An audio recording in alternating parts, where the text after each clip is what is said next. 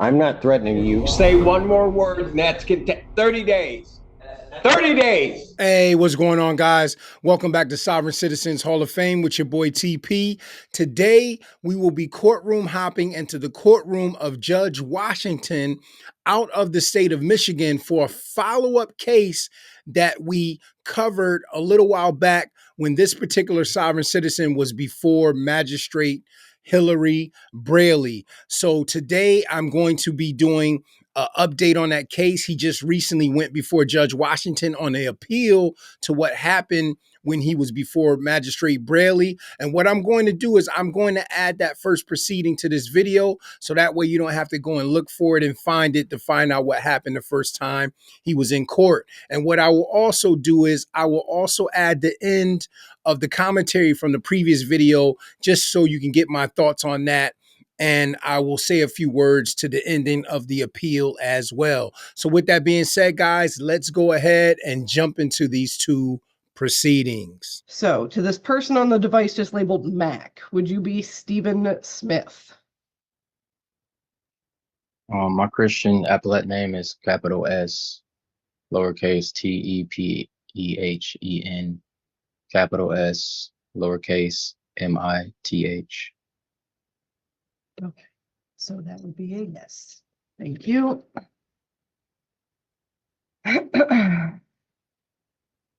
Deputy Sims. Now calling 24W003208A, the Township of Ypsilanti versus Stephen Cameron Nigel Smith. Deputy Sims, state your name for the record. Deputy Sims.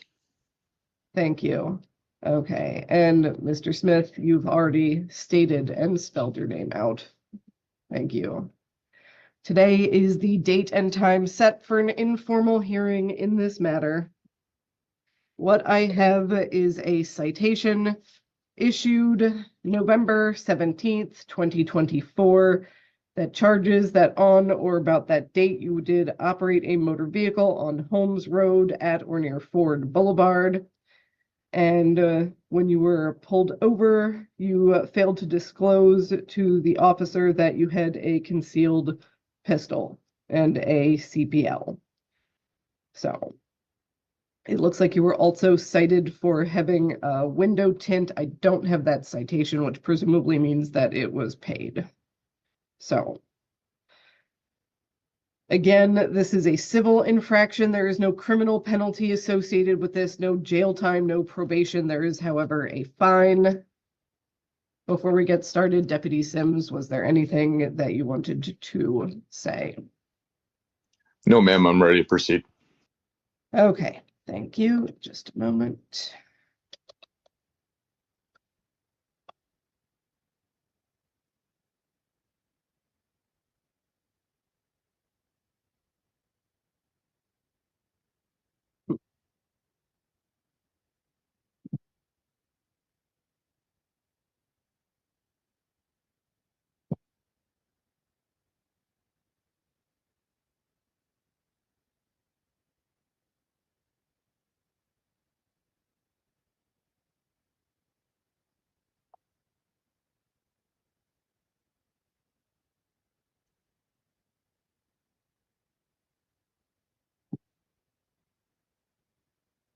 Okay. So, Mr. Smith, as you have likely heard already, you have three basic options when it comes to this citation, and these are your three options. You can accept responsibility, that is basically admit that you did not disclose per MCL 28.425F that you had a license to carry a concealed pistol and that you did not present that immediately to the peace officer when you were pulled over. You can accept responsibility with an explanation, so the court can take into consideration any mitigating factors and potentially lessen or eliminate the fine. Finally, you can deny responsibility, that is, deny that you failed to disclose your CPL immediately, at which point we will proceed to the informal hearing. I will swear in both sides, take testimony, and make a decision based on preponderance of the evidence. Which of those three options are you going with?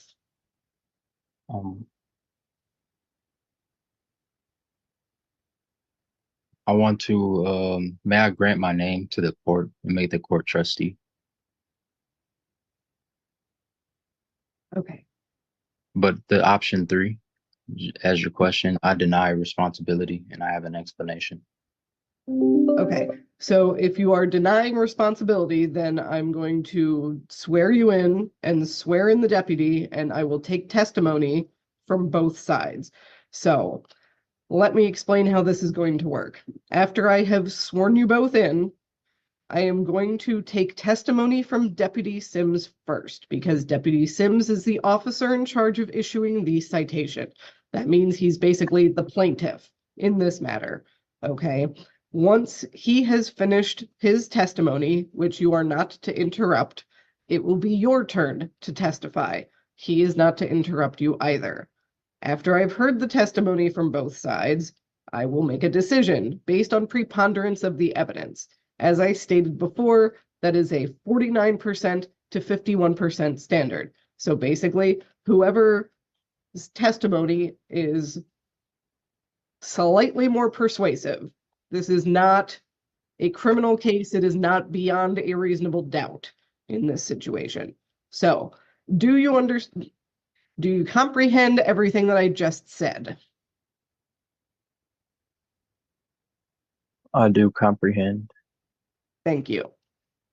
Okay, raise your right hand, Deputy Sims, and Mr. Smith, you will have to tell me when it's raised if you're not turning your camera on. It's raised. Do you swear or affirm that the testimony you are about to give is the truth, the whole truth, and nothing but the truth to the best of your information, knowledge, and belief, Deputy Sims? I do. Mr. Smith? Yes. Thank you. Okay. Deputy Sims, you may proceed with your testimony. On 11/17/2024, about 3 a.m., my partner and I observed a black Ford Fusion. It was on Ford Boulevard. I believe it had just turned onto Ford Boulevard with tinted windows. Proceeded after the car. It turned into the gas station there on the corner, and we followed it into the gas station and proceeded towards one of the exits. Before it returned to the road, the driver, Mr. Smith, exited and began yelling at us. At that point in time, we activated our emergency lights and conducted the traffic stop there. We made contact with him, explained the reason that we had followed behind him. And when I approached the vehicle, I looked in the vehicle and I observed a firearm on the passenger seat. At no point in time during that did I hear I have a CPL until after the firearm was located. He was detained, his CPL was verified, he was issued the citations and released.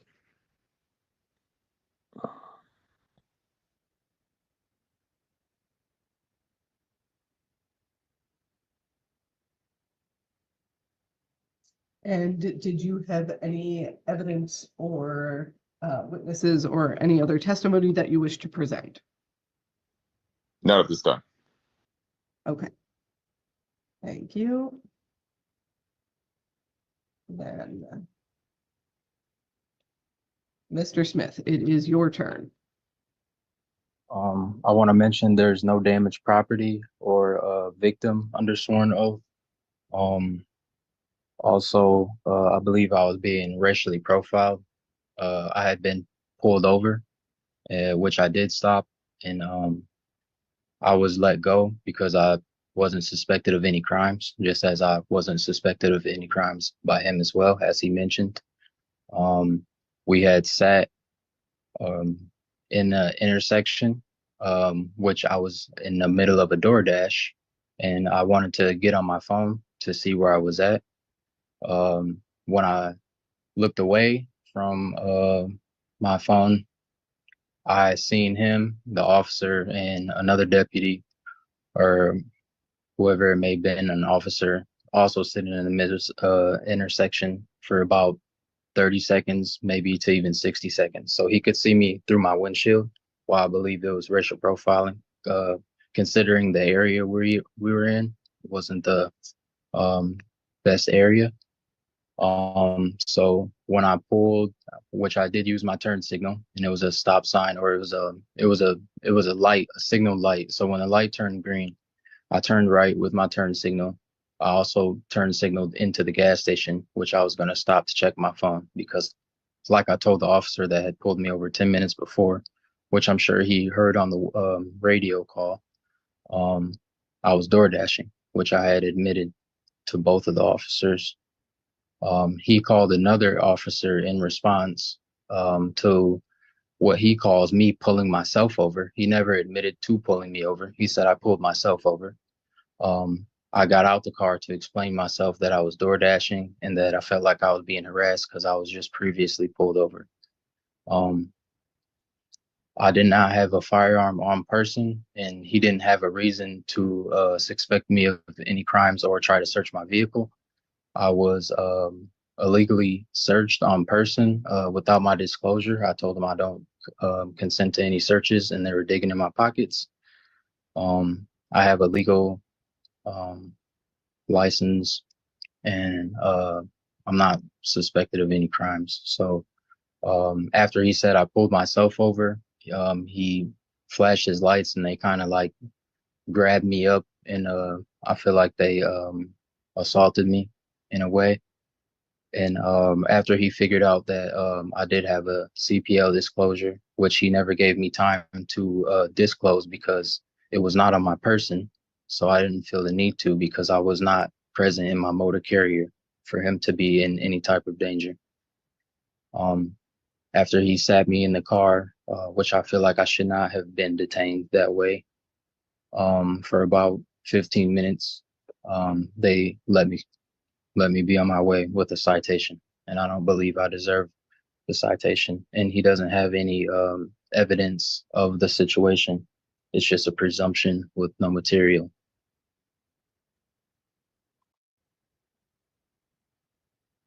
Does that conclude your testimony? Yes. And did you have any evidence or witnesses that you wanted to present? I have evidence on my phone of me asking him, what their badge numbers was, which they didn't really want to disclose. So I had to look it up on the internet. I have a dash cam, but it was not running at the time.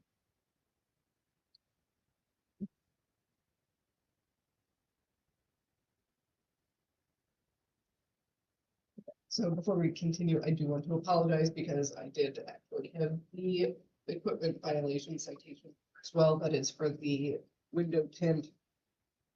So did you wish to address the window tint specifically? That's just how the car came. I bought it that way, straight from Ford. So it's free. In Michigan? Yes.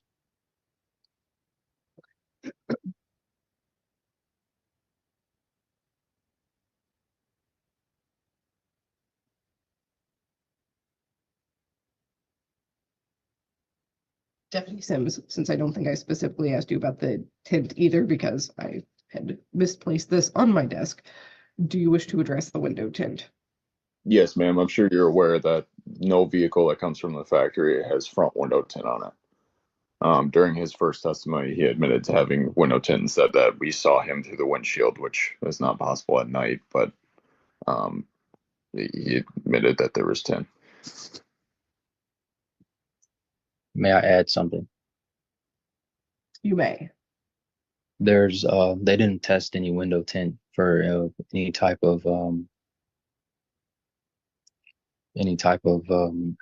darkness issues or anything like that. It was just kind of an excuse because that wasn't the first reason that he told me that he pulled me over. It wasn't for window tint. And you can disclose that through the video of his own body cam. They said that they pulled me over because he presumed that I was trying to turn around in the parking lot or evade him, but I was door dashing like I told the officer that pulled me over before.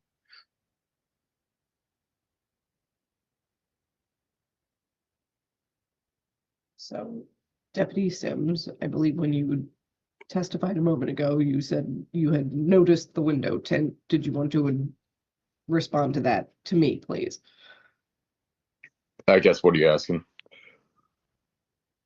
You had stated that you initiated the stop, or at least you started to initiate the stop based on observing window tint. Is that correct? So yeah, I mean, I was with my partner. So there's also the part of he came off of Holmes Road, if I remember correctly, turned right into the parking lot, and then cut through the parking lot to go back onto Holmes Road. It didn't seem like there was any intention of him trying to stop at the store or anything like that. So he's also cutting through the parking lot. May I add? You may. I did not try to cut through the parking lot, as I mentioned before, and prove to the officer before I was door dashing. And if I would have been on my phone, then he would have tried to get me for that as well. So I safely pulled over to where I could view where I was. And it was his presumption that I was trying to turn around in the parking lot, but my car wasn't parked. Okay, thank you. Give me just a moment.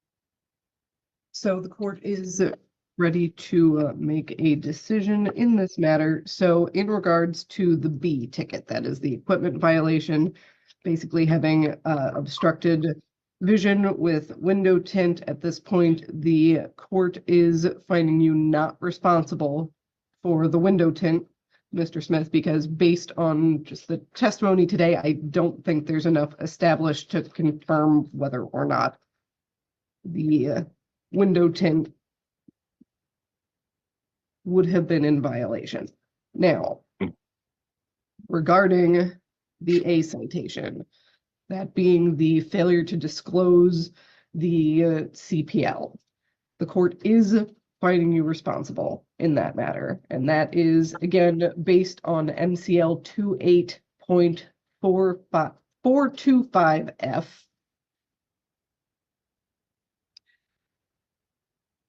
Basically, an individual licensed under this act to carry a concealed pistol and who is carrying a concealed pistol and who is stopped by a peace officer shall immediately disclose to the peace officer that he or she is carrying a pistol concealed upon your person or in your vehicle.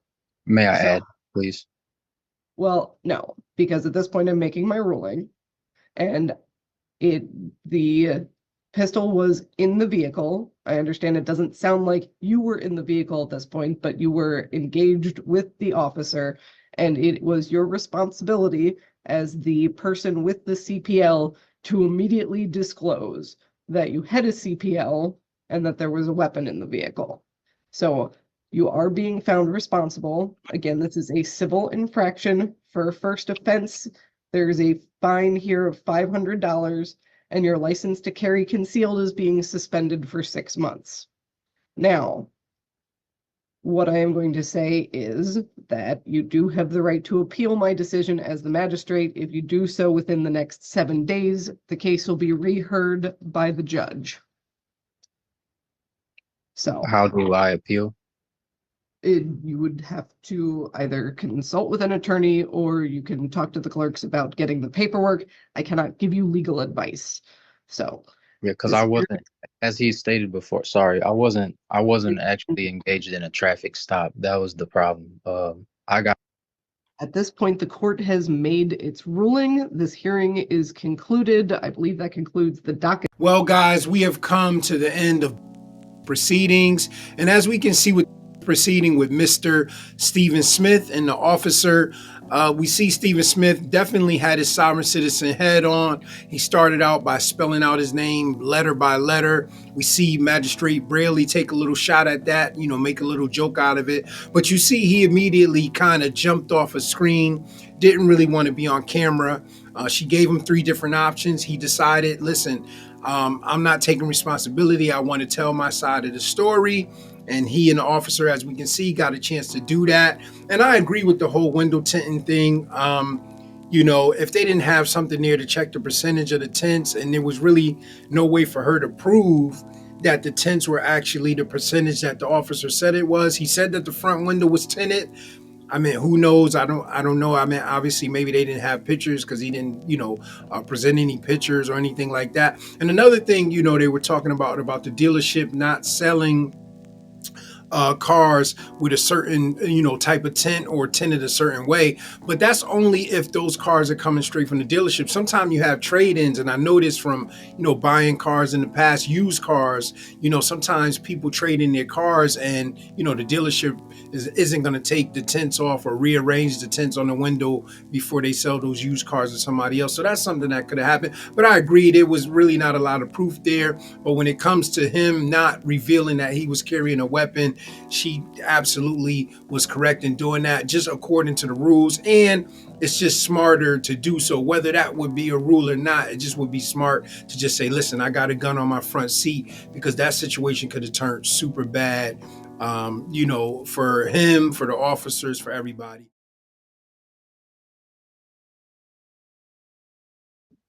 Someone named Steph that was just let into the courtroom. Can you please tell us your first and last name?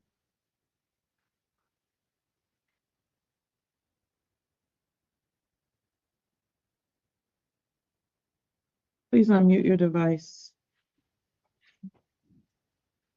My name is spelled capital S, lowercase t, lowercase e, lowercase p. Sir, please tell us your name, and I didn't ask you to spell it.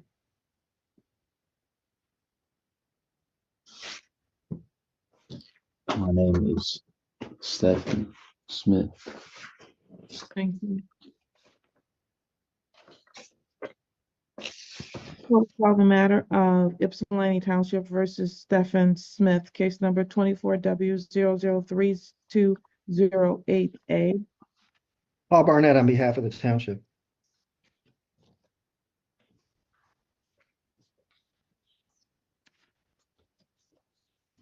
All right, we're hearing an appeal today. Mr. Smith filed a claim of appeal in this particular matter. That's correct, Your Honor. I did reach out to Deputy Sims, who is the officer needed to hold this hearing, and he replied to me that he was not available. He's on vacation and out of the state. So I'm asking for an adjournment of the hearing. Thank you. Mr. Smith, what is your response, sir? He failed to appear, so I'd like the case to be dismissed.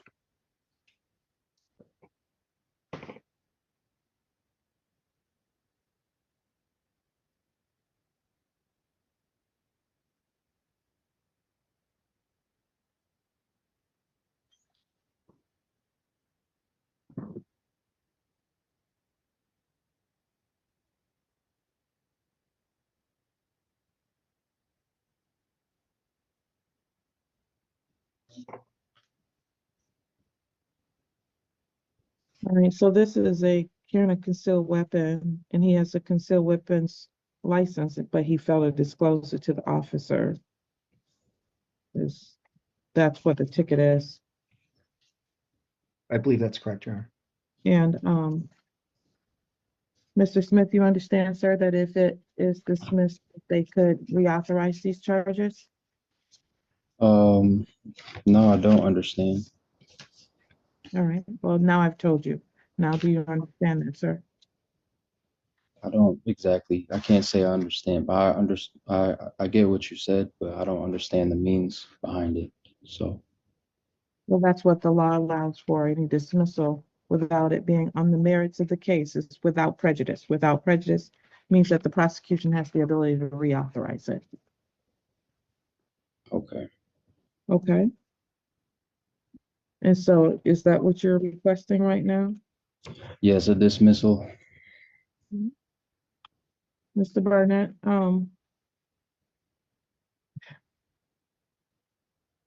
I think what's going to have to happen in these cases is if you're not going to be able to proceed, you may need to send in a formal request ahead of time so that the court is aware of that. Understood, yeah. I'm going to allow them to have it dismissed. All right. Sir, this case will be dismissed. It's probably going to be reauthorized. But at this time, your bond will be returned, okay? Thank you. You're welcome. Well, guys, we have come to the end of these two proceedings. And as we can see on this second proceeding, Mr. Stefan Smith ended up appealing the original case. And because the officer did not show up this time, it was dismissed, but it does have the possibility of being reopened. So far, I haven't seen where it has been reopened yet. But once again, it hasn't even maybe been a week since he's went to court on this appeal. So we'll see what happens with that. And we will do a follow-up on this particular case. But with that being said, guys, thank you as always for joining Sovereign Citizens Hall of Fame. This is Sovereign Citizens Court. And for now, guys, court is adjourned. I appreciate you guys. See you on the next proceeding, and God bless.